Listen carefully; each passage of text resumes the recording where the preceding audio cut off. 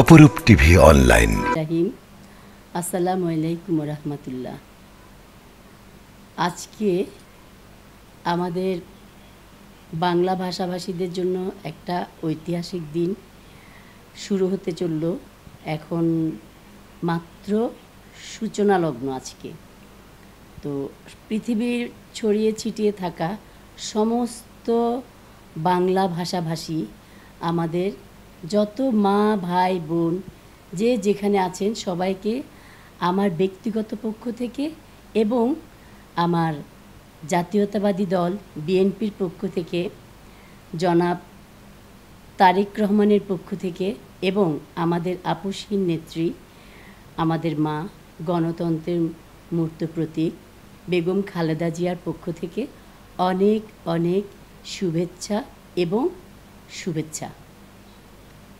শুভ হোক 1432 বঙ্গাব্দ। আমরা পেছনের দিনগুলোর গ্লানি ভুলে যাই, না পাওয়ার যত বেদনা আছে, যত কষ্ট আছে, আমরা সেগুলো ভুলে যাই। কারণ দুঃখ পুষে রাখলে দুঃখ বাড়ে। তাই আমরা বলবো, গত জীবনে যতটুকু আমরা হারিয়েছি, গত জীবনে আমাদের যতটুকু কষ্ট ছিল, আমরা যতগুলো ভুল করেছি, আমাদের যতগুলো শুদ্ধভাবে কাজ করার আমাদের দরকার ছিল পারিনি, আমরা চেষ্টা করব এই বছর থেকে আমরা সেই ভুলগুলোকে শুদ্ধরূপে সুন্দররূপে কাজ করতে, আমরা একটা সহ অবস্থানের ভ্রাতৃত্বের দেশ গঠন করতে। তত্ত্বাবধায়ক সরকার আছে আমাদের বর্তমান বাংলাদেশে। এই তত্ত্বাবধায়ক সরকারের পক্ষে অবশ্যই বাংলাদেশটাকে উপহার দেওয়ার চেষ্টা থাকবে নতুন বছরে একটা গণতান্ত্রিক নির্বাচনের, এবং সেই নির্বাচনে অংশগ্রহণ করে বাংলাদেশের সমস্ত ভাষাভাষী হিন্দু, মুসলিম, বৌদ্ধ, খ্রিস্টান সহ আমাদের উপজাতি বলেন, যতগুলো নৃগোষ্ঠী বলেন, আর মুসলিম, হিন্দু, বৌদ্ধ, যত যাই বলেন না কেন, যত ভাষাভাষী আছি, সবাই আমরা এই গণতান্ত্রিক নির্বাচনে অংশগ্রহণ করব এবং গণতান্ত্রিক সরকার গঠন করব। এবং আমরা আশা করব সেই গণতান্ত্রিক সরকার যেন হয় আমার, আপনার তথা আমাদের দল বিএনপি সরকার গঠন করে। কারণ আমি বিএনপির পরিবারেরই একটা অংশ। তাই আমি চাইব আমার দল সরকার গঠন করুক এবং নেতৃত্বে আসুক।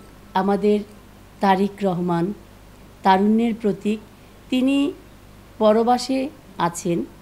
গত 16 বছর আমরা যে কষ্ট করেছি স্বৈরাচারী হাসিনা সরকারের আমলে, সেই সময়টাকে, সেই দুঃখটাকে, সেই বিভীষিকাময় সময়টাকে, আয়নাঘরের যে আমাদের ভাইয়েরা অত্যাচার, আমাদের বাবারা যে অত্যাচার বরণ করেছেন, তারা সহ্য করেছেন, তাদের পরিবারগুলো সাফার করেছে, খুন হয়েছে, গুম হয়েছে, লুট হয়েছে, সমস্ত পরিবারের প্রতি সমবেদনা জানাচ্ছি।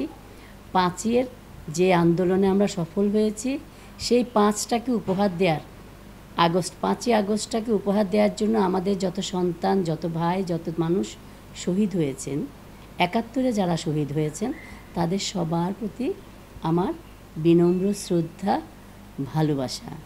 তারা নিশ্চয়ই ওপারে ভালো আছেন। আর যারা পঙ্গুত্ব বরণ করেছেন, যারা অসহায় হয়ে জীবনযাপন করছেন, তাদের জন্য সহমর্মিতা রয়েছে। এবং পাশাপাশি আমি একটা কথা বলতে চাই, আমরা এই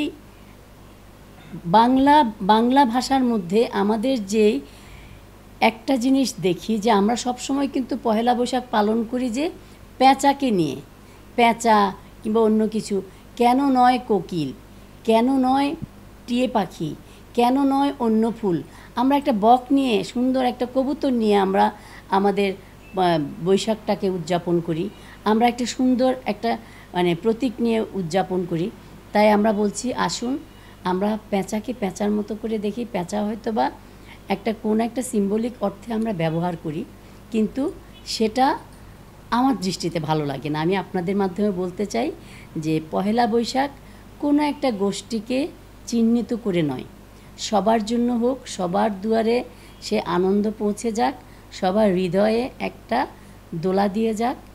এবং আমরা যারা যে অঙ্গনে কাজ করছি, যে যে পরিবেশে আমরা নিজেদেরকে খাপ খাইয়ে নেওয়ার চেষ্টা করছি, আমি মনে করি নিশ্চয়ই আমরা আগামীতে ভালো কিছু করতে পারবো। এই বছরটা, এই সালটা আমাদের 1432 বঙ্গাব্দ অবশ্যই আপনাদের, আমাদের তথা সবার শুভকামনার বাহক হয়ে আসবে, শুভবার্তার বাহক হয়ে আসবে। আমরা একটা সুন্দর দেশে সুন্দরভাবে আমরা বেঁচে থাকতে পারবো, নিরাপদে থাকব এবং ভ্রাতৃত্ববোধের মাধ্যমে আমরা সহ অবস্থানের একটা রাষ্ট্র গঠন করব।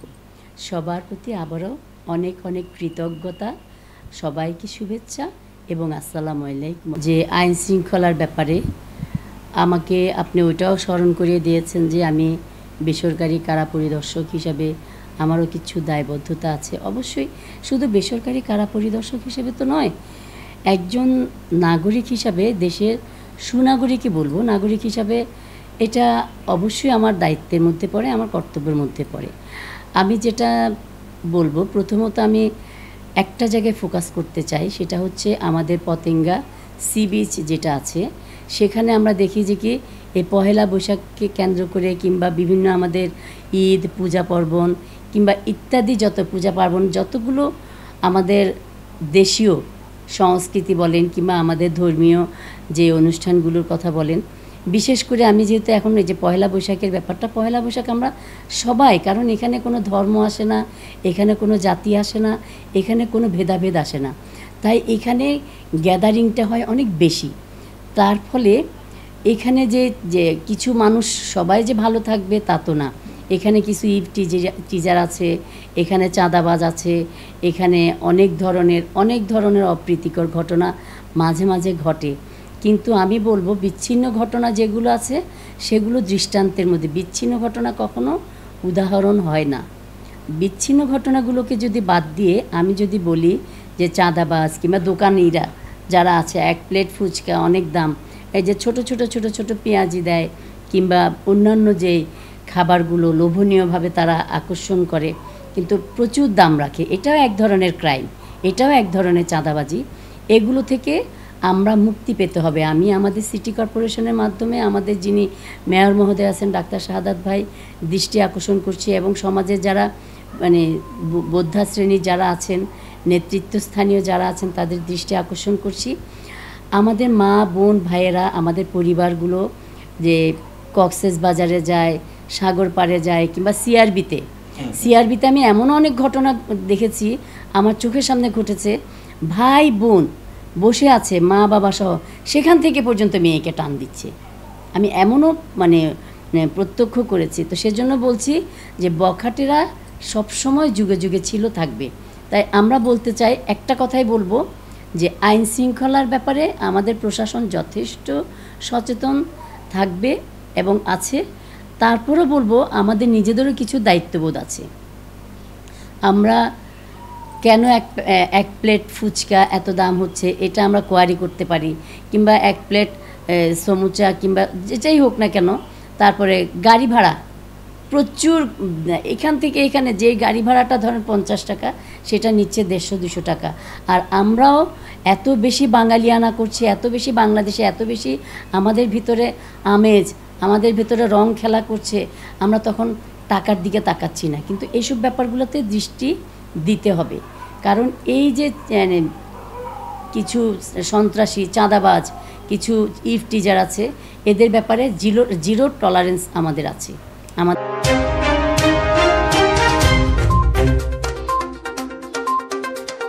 অপরূপ টিভি অনলাইন।